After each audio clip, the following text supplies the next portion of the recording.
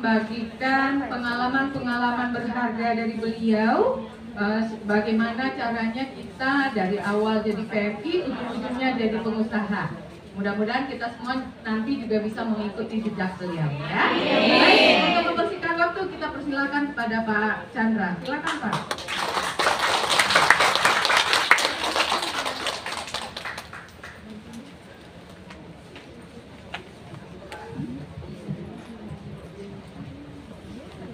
Selamat siang semuanya. Ya, Pak. Salam sehat untuk kita semua ya. Jujur saya senang kalian mau duduk di sini dengar kami berbicara, ya. Karena nggak semua PMI saya melihat justru di saat diberi kesempatan libur, mereka itu lebih cenderung untuk ya macam-macam lah, saya nggak tahu dah, ya. Dan pengalaman hidup saya di PMI ini sudah 31 tahun, bayangkan. Wow. 32 tahun, maaf, dari 91, iya, sekarang tahun 2023 ya, 32 tahun. Terus saya mau tanya nih, ada nggak PMI yang berusia 32 tahun nih? Oke. Ya, pertama-tama saya terima kasih dulu sama Mbak Rike ya, yang mengundang saya bisa tampil berbicara di sini. Terima kasih sekali, semacam satu penghargaan lah bagi saya. Ya, saya pribadi selalu ingin dekat ke PMI, ya. Hati kecil saya selalu ingin dekat ke PMI. Mengapa demikian? Karena saya lahir dari seorang PMI, ya. Sehingga PMI di mana-mana. Ketika saya sebelum COVID ya, saya udah keliling ke banyak negara. Kemana negara yang saya kunjungin, saya pasti cari.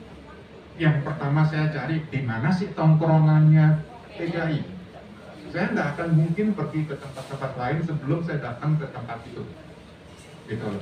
Jadi mau TKI Taiwan mau TKI Korea TKI Jepang Malaysia sama lifestyle-nya kalian semua itu sama.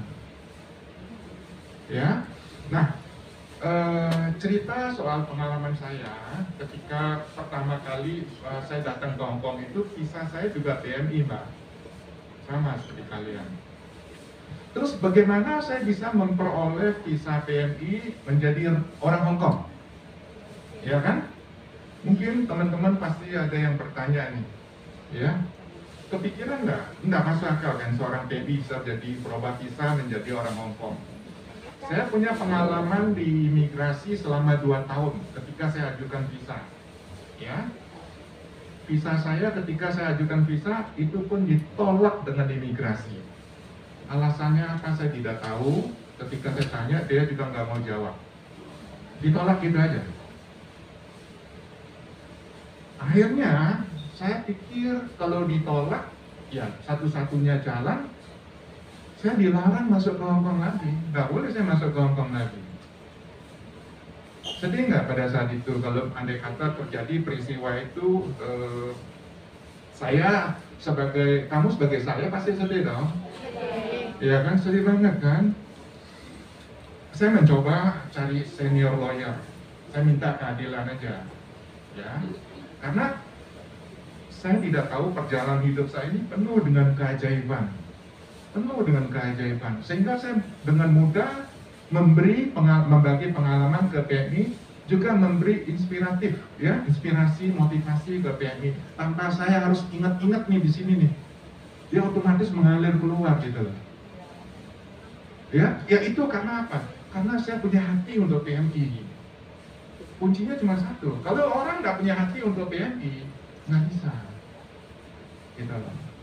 Saya punya hati untuk PMI. Nah, di saat saya waktu mengajukan visa keberatan ke senior lawyer juga nggak bisa ngomong apa-apa karena imigrasi sudah tolak visa saya. Mau apa lagi? 2 tahun saya berjuang. Nah, keajaiban hidup yang saya alami pada saat tahun 98, ya, tahun 98 terjadi gejolak politik di Indonesia, ya. Teman-teman pasti tahu dah yang sudah yang usianya, ya, di mana Pak Harto lengser, betul ya, di luar dugaan. di saat itu saya mendapatkan keuntungan yang luar biasa karena dolar naik.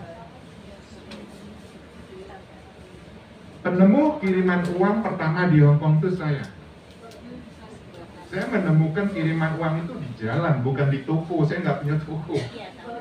Tahu ya? Yang lama saya menemukan di jalan.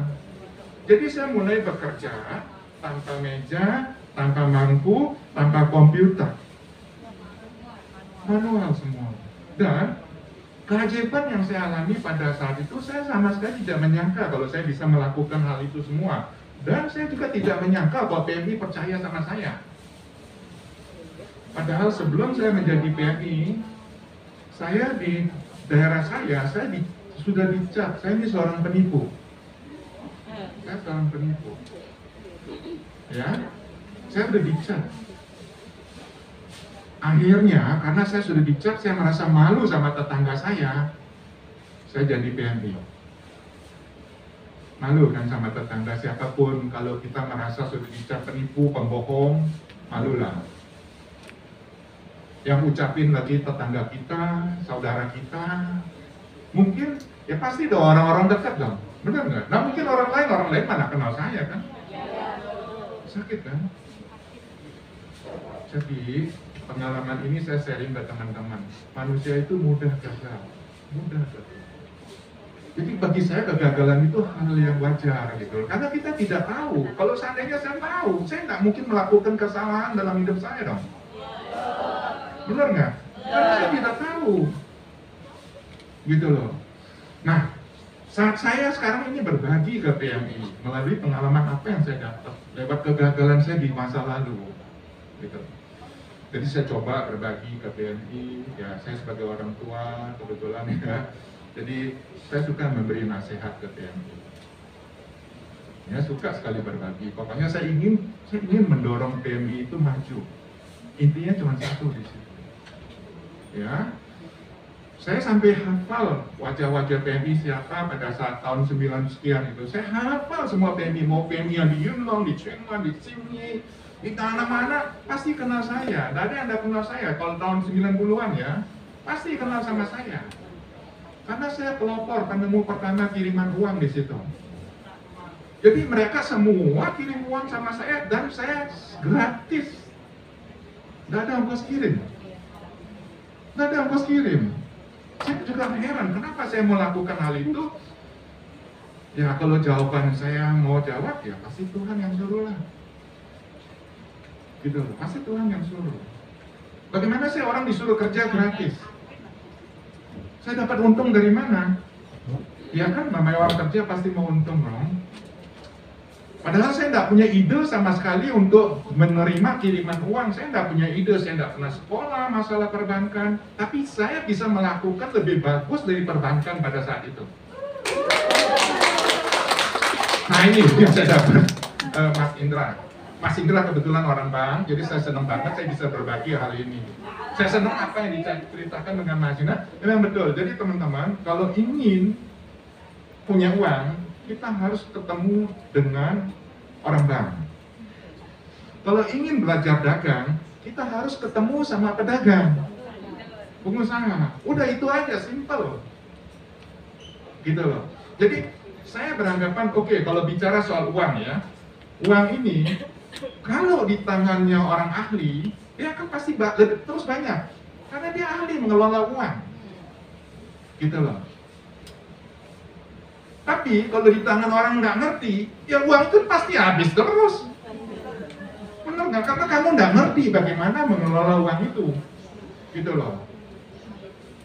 Jadi ada dua macam. Jadi teman-teman harus ngerti bagaimana cara mengelola uang dengan sehat. Ya teman-teman harus tanya, gitu loh. Ya kan? Ya saya nilai semua orang juga nggak ngerti, termasuk saya dulu. Saya juga nggak ngerti, sama aja sudah dicap penipu kok. Di Hong Kong pun dianggap penipu lagi. Bayangin aja. Di Hong Kong juga dianggap penipu. Tapi lucunya kok PMI percaya sama saya. Gitu loh. Yang anggap penipu itu dari pemerintah ya. Karena saya mengganti visa itu saya dianggap sudah penipu gitu. Dari mana saya bisa dapat uang? Nah itulah dari hasil kerja keras saya, jeripaya saya ketika saat itu. Akhirnya saya menggunakan uang, ajukan visa di imigrasi untuk merubah visa saya melalui senior lawyer itu. Senior lawyer itu pada saat itu dia sudah bukan lagi kirim ke imigrasi, tapi dia langsung kirimkan, layangkan surat itu ke Gubernur Hong Kong.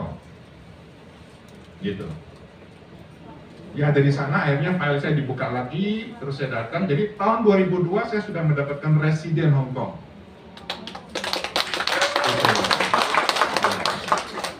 Ya, saya tidak tahu saya harus cerita ke Mbak seperti apa lagi, karena ya saya tahu bahwa kalau saya cerita kepanjangan, khawatirnya Mbaknya nggak ingat-ingat lagi ya apa yang saya sampaikan ya. Saya lebih senang justru tanya jawab nih, lebih senang seperti itu. Jadi saya tahu Mbaknya pemikiran seperti apa sih gitu loh. Tapi sedikit saya mau cerita dikit lah ya tentang terjadinya COVID. Nah ini belakang ini pengalaman saya terjadi COVID lah ya. Waktu terjadi COVID saya anggap bisnis saya udah selesai, saya nggak bisa lanjutin lagi. Kenapa? Hong Kong sudah lockdown, semua negara tutup pintu. Bagaimana saya bisa kerja lagi? Ibarat kita dikurung ini di dalam kurungan. Bagaimana kita nggak bisa keluar kemana-mana? Gitu loh. Saya nggak bisa kerja lagi. Bukan berarti saya bangkrut, bukan. Tapi saya pedagang, saya kan mau jual barang saya supaya bisa dapat barang kan? Gitu loh. Nah, jadi satu hal yang saya bisa temukan dalam hidup ini, kalau kita ingin sukses cuma satu aja kuncinya dah, jangan menyerah, itu aja. Jangan menyerah di saat apapun masalahmu, sebesar apapun masalahmu, hadapi aja. Karena Tuhan sudah izinkan di situ hal itu terjadi. Gitu loh. Nah, kalau kamu menyerah, rezeki yang memang mau dikasih ke kamu, pindah ke orang lain, tapi kamu udah menyerah kok. Gitu loh. Jadi kalau memang rezeki kamu, dia tidak akan tertukar, cuman kuncinya satu, jangan menyerah. Gitu. Ya. Itu aja kuncinya, tidak ada lain lagi. Masalahnya ketika kamu mau bertumbuh mulai besar, otomatis kan masalahnya makin besar dan rintangannya pasti makin besar dong. Ya kan? Nggak mungkin ingin sukses tapi masalahnya kecil, nggak mungkin. Sukses itu kan pasti kita butuh namanya proses. Panjang sekali perjalanannya, Mbak. Nah, kalau sekarang saya sudah tidak memikirkan hal itu lagi, saya juga tidak memprioritaskan uang di dalam hidup saya. Bagi saya sudah lebih daripada cukup. Saya bukan tipe orang yang serakah. Saya ingin hidup saya berbagi dan bermanfaat bagi PMI aja. Gitu. Ya, sama-sama. Justru saya senang kalau PMI bisa hadir di sini dan saya ingin sebetulnya berbicara ke kamu orang. Saya ingin mengetuk hatinya kamu itu loh. Tak hatinya kamu ya saya ingin ketuk.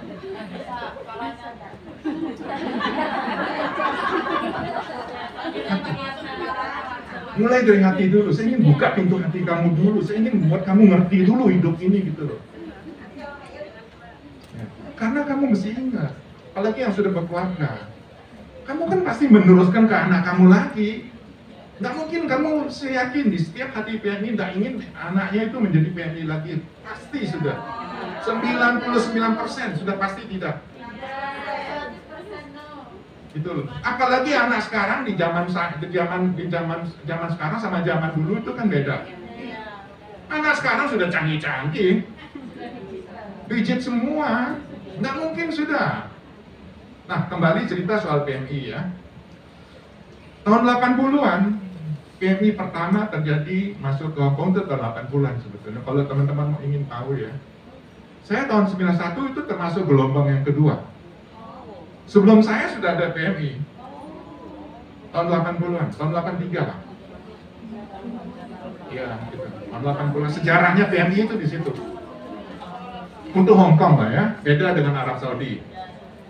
Kalau Arab Saudi tahun 70-an sudah ada. Iya, agar tahu lah ya. Jadi sejarah PMI ini kita harus tahu dan kita harus pelajari. Contoh, saya pelajari dari PMI negara Vietnam. Jadi sebelum ada PMI Indonesia, PMI Vietnam sudah ada di Hong Kong. Sama Thailand. Dua negara ini yang isi PMI di Hong Kong. Gitu. Jadi biar teman-teman tahu. Nah, tiba-tiba negara Thailand maju. Di luar dugaan, maju. Perindustriannya maju, pertaniannya juga maju, pariwisatanya juga maju. Wah, jadi rakyat jadi makmur kan. Semua pada pulang ke negaranya. Keren kan? Karena apa? Devisa terbesar di Thailand itu dari turis. Gitu. Saya yakin Indonesia suatu saat akan menjadi negara yang maju. Gitu. Semua. Suatu saat bisa punah. Ya kita tidak tahu kan, sejarah kan, akan berkurang udah pasti. Gitu loh. Nah, asal tidak terjadi gejolak politik, atau tidak terjadi peperangan, nah itu kita ceritanya beda lagi dah. Atau terjadi musibah seperti kayak tsunami misalnya kayak gitu, kita kan nggak tahu itu. Gitu. Hal-hal yang demikian kita tidak tahu. Jadi kembali lagi teman-teman, saya senang mau mendengar apa yang saya sampaikan di sini. Hati saya selalu untuk PMI. Bahkan saya sudah membangun satu komunitas, di mana komunitas yang saya bangun di sini, saya nggak punya program, tapi saya hanya berbagi. Pertama yang saya bagikan adalah saya harus benahin otak kamu orang dulu nih. Ini otaknya dulu dibenahin gitu loh. Jadi apa yang belum terpikir ke kamu orang, saya mencoba kasih semacam satu ilustrasi, gitu loh, macam ilustrasi. Jadi saya yakin semua orang itu Tuhan sudah memberi kita akal budi yang sehat, ya. Sudah, kita nggak usah pikirin, pelan-pelan otak kamu bisa terbuka kok, bisa pintar sendiri nanti pelan-pelan. Saya sekolah juga, saya bukan orang sekolah, saya SMP aja tidak tamat, saya nggak sekolah. Bahkan pernah diusir oleh kepala sekolah karena nakal. Jadi pengalaman buruk saya itu banyak sekali Mbak.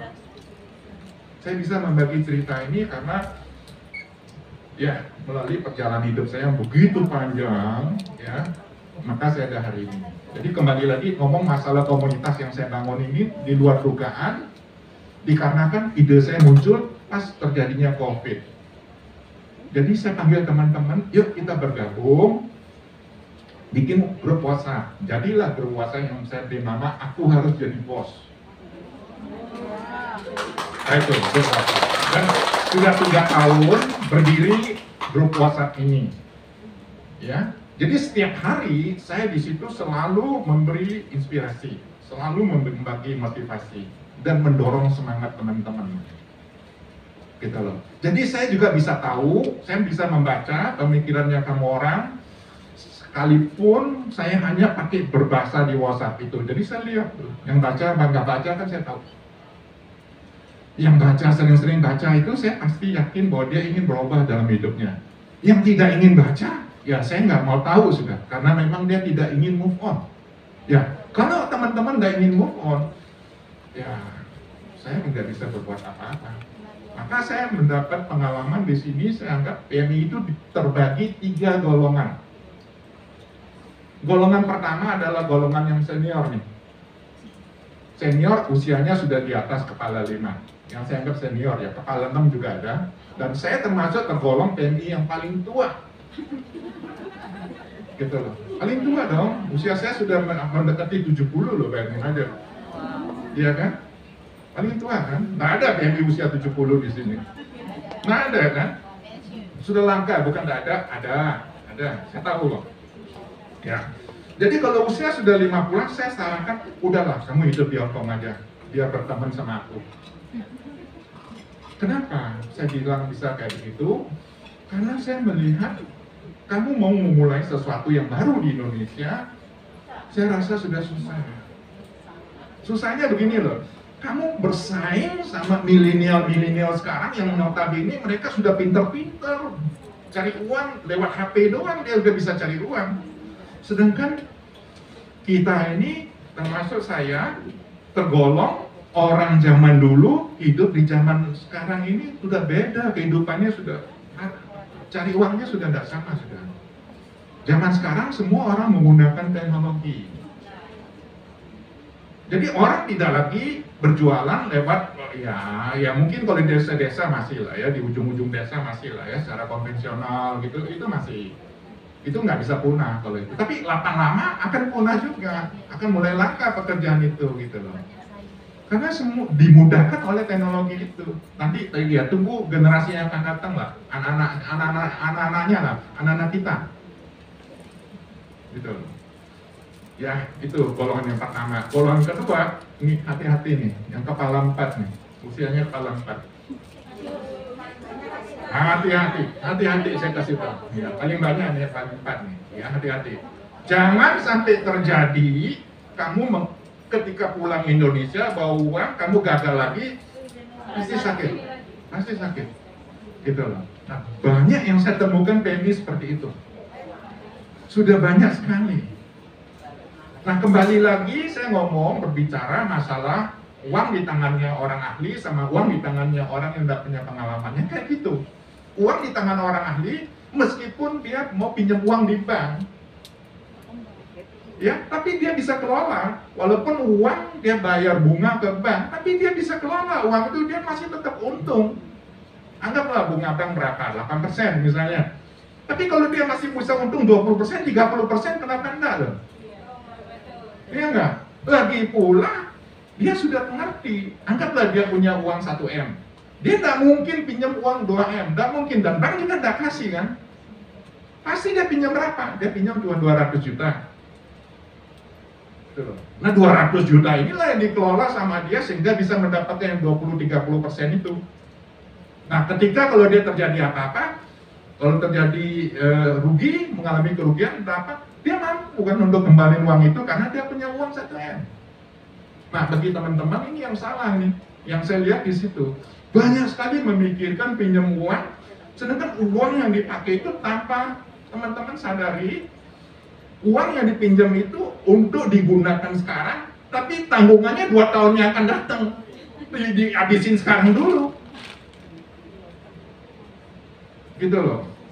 Ini yang saya sedih sekali lihat PMI seperti itu. Sedih sekali. Kenapa saya bilang sedih? Karena caranya, nggak ngerti cara ngatur keuangan. Jadi kalau ingin jadi orang yang berhasil, kita harus pandai mengelola uang. Kalau kamu tidak pandai kelola uang, maka kamu harus tanya sama pedagang atau tanya sama bank, gimana nih cara mengelola uang dengan sehat, bagaimana bisa mendapatkan passive income. Jangan tanya sama orang-orang lain yang mereka belum tentu bisa menjelaskan ke kamu. Jadi carinya ke pengusaha, carinya ke bank. Udah, diskusi aja di situ. Pasti ketolong sama orang. Karena pembisnis di dunia yang paling ulung, di dunia yang paling adalah bank. Adalah bank. Gitu loh. Karena apa? Semua uang-uang kita itu simpannya di bank kan? Gitu loh. Jadi pembisnis yang paling ulung itu sebetulnya.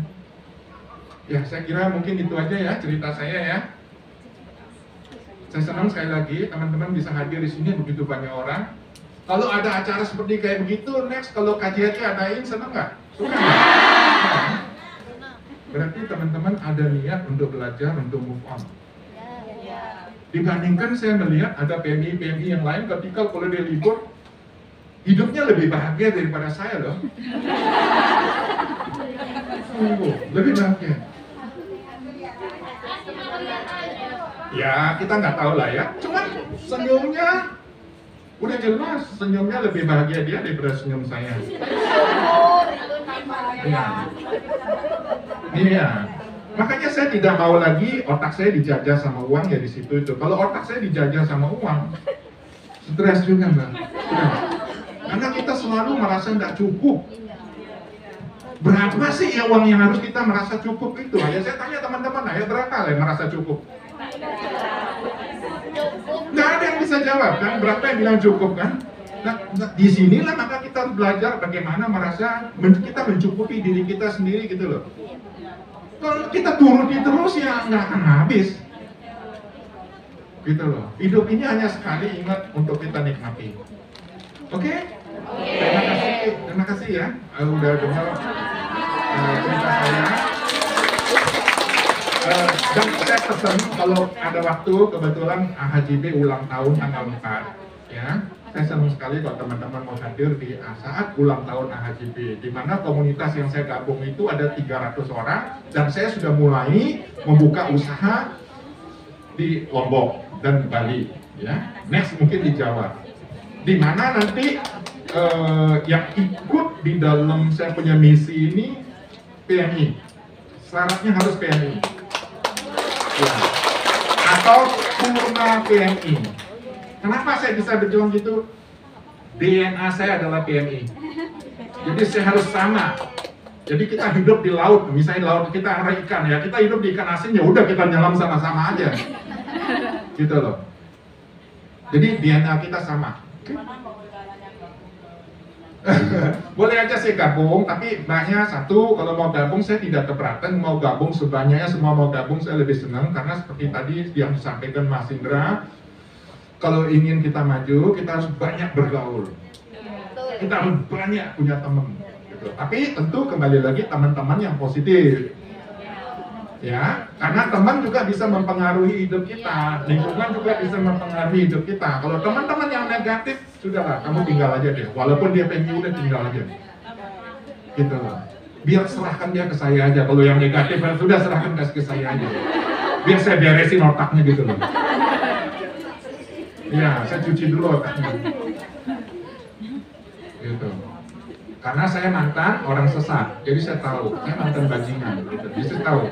Sebelum kamu jadi orang sesat, ketika kamu dulu sesat, saya udah tahu kamu ini sesat. Sudahlah, kamu nggak usah pamer-pamer kayak gitu. Saya duluan sama kamu, saya lebih tua sama kamu. Gitu. Lebih nggak bagus saya ngaku terus terang kan. Daripada saya ucapin kata-kata yang manis-manis, ternyata hati saya busuk. Saya nggak suka begitu. Makanya saya sering ngomong di grup, teman yang baik itu harus cari teman yang tepat, gitu loh. Jangan cari temen ya mulutnya manis-manis doang, ujung-ujungnya nah, itu jangan ya. Ini pengalaman saya. Oke, sekian dulu ya waktunya. Terima kasih semuanya. Terima kasih Pak Chandra. Silakan Bapak duduk kembali. Ya teman-teman, beberapa poin yang saya catat dari paparan Pak Chandra. Yang pertama, setiap manusia punya jatah untuk gagal. Nah, jangan menyerah, hadapi saja semua yang terjadi karena Tuhan menciptakan permasalahan sudah dengan jawabannya. Tinggal kita menghadapi dan tidak putus asa. Kemudian yang kedua, mengelola keuangan dengan baik. Nah, caranya gimana? Sering-sering konsultasi dengan ahli, contoh perbankan, pengusaha, pedagang, begitu penjelasan Pak Chandra tadi. Kemudian poin yang ketiga, sukses itu butuh proses. Ikuti dan nikmati prosesnya. Semakin tinggi permasalahannya makin besar. Nah, kalau kita siap-siap jadi orang besar, anginnya juga akan kencang. Ya. Kemudian yang keempat, perluas koneksi. Pilih-pilih lingkungan bermain atau lingkungan gaholnya tuh dipilih. Ya, kalau mau yang positif berarti lingkungannya juga harus yang positif. Kalau mau jadi apa? Yang manis berarti yang wangi berarti sering-sering main sama yang jual minyak wangi. Ya. Kemudian penjelasan Pak Chandra lagi golongan PMI. Untuk yang senior di atas 50 tahun berarti fokus aja sama pekerjaan yang udah ada sekarang. Ya, kalau untuk bisnis atau untuk usaha yang lain sepertinya akan agak sulit bersaing dengan generasi milenial yang udah serba canggih, high tech katanya ya. Kemudian ada lagi golongan kepala 4. Nah ini udah ada tanda warningnya, alarmnya, hati-hati. Hati-hati kenapa? Pengelolaan keuangannya. Salah-salah ambil langkah, salah-salah mengelola keuangan, nanti bisa nyusruk kembali jadi PMI lagi. Teman-teman, terima kasih kita ucapkan kepada kedua narasumber, Pak Indra dan Pak